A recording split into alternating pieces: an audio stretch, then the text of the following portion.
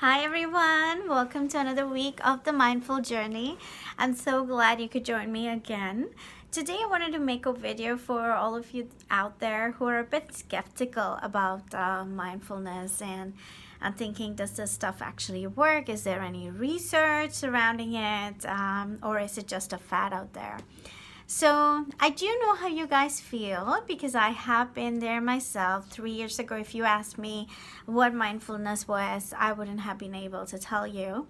I actually stumbled upon mindfulness when I was going through a stressful situation myself, and I didn't know how to cope with it, and I started to incorporate things like the breath work and mindful movement and meditation to cope with all these feelings that I was going through.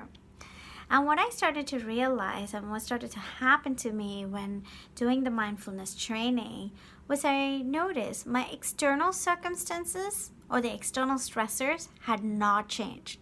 But the way I started to feel from the inside started to change. I started to feel a lot calmer, started to feel at peace with my life, started to feel more content, started to feel this genuine happiness from the inside. And I felt like my heart started to just grow. It kind of reminded me of the Grinch from How the Grinch Stole Christmas, where they talk about the Grinch's heart growing. I kind of felt that. I felt my heart just open up, and I felt more compassion and love coming out of me. So those were some of the changes that I experienced. And the other thing that was important that I experienced was when I was going through the stressful situation, I used to have a lot of negative thoughts, a lot of anxious thoughts about my future. And I found that through mindfulness training, I now no longer follow or chase my thoughts. My thoughts appear, I just notice it, I just let it go. Sometimes I question it, is that really true? And boom, let it go. So I did find that I have more control over my thoughts. I don't ruminate over thoughts anymore. I just, most of the time, again, some days I find that I do slip, but I can quickly get out of there. I don't waste my time thinking and worrying about things more than a minute if I can. So that is how it had helped me. I started to realize that because of these inner changes, things around me started to change too. And it was like I was emitting this positive energy. So I saw how this really helped me cope with my stressors, really helped me manage my mood, my emotions. And I realized there was something here. And I wanted to share that with the clients I'd been treating as an occupational therapist. So I see clients who struggle quite a bit with their emotions, with their moods, with their cognition, with pain, with sleep. And I realized this could be the key in treating many of those symptoms. So I started to do a lot of research, read a lot of books on mindfulness, meditation. I even attended some workshops.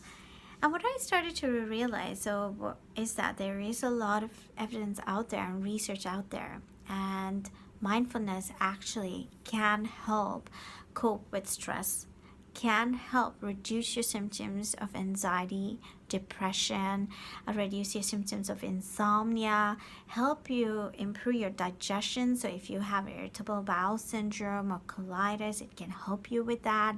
It can also help with attention training. So there has been a lot of research that supports this. What really caught my attention, because I do a lot of cognitive rehab and I am fascinated by the brain and how we can retrain our brain because of the plasticity of our brain. What caught my attention was actually a study out of Harvard. It was done by a Harvard neuroscientist. Her name is Sarah Lazarus. And in her study, what she did was she took a group of people, put them in an 8-week mindfulness-based stress reduction program. And what she found was that after 8 weeks, the brain structure of these people had changed. And these were what they noted. And I have to refer to my notes for this. So what they noted was 4 areas of the brain had increased gray matter, which means it was a good thing. These areas had enlarged. There was more neurons in that area. And what they saw was the posterior cingulate, which does the mind wandering, the self-relevance, that had increased. The left hippocampus, which assists with learning, which assists with cognition, your emotional regulation, that had increased. The temporal parietal junction, which is associated with empathy, compassion, and perspective, that had changed, which had increased again.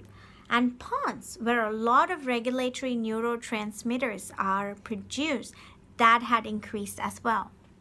Now, the result that fascinated me the most was this particular one. They noticed the area of the brain, the amygdala, had actually decreased in size. And amygdala is part of your brain that is involved with the flight and fight response. So it is associated with fear, stress, all those other fear, stress, and anxiety. And all of these are part of your flight and fight response, and which comes from the amygdala, and that area actually shrunk. And this is a great study. I thoroughly enjoyed reading this study and seeing how our brain actually changes with meditation and mindfulness training. So there has also been a few other studies that have come out of Harvard. You can find it in the Harvard publications. And one of the studies, one of the results, in case you're wondering, okay, you know what, mindfulness sounds great, but how often should I do it? So one of the studies, it was done by Dr. James and his team. And what they saw was if you can do mindfulness for 10 to 15 minutes every day, that is more than enough. That you will start to see the changes. Now, what they said was important is consistency. So you got to be consistent. Every day, spend 10 to 15 minutes doing some form of mindfulness training. So some breath work, meditation, yoga, every day, and you'll notice the changes. So if you have any questions, let me know. But I hope this helped you understand mindfulness a bit, understand the research that's out there and how it could help you. So bye for now. I will see you again next week. Bye.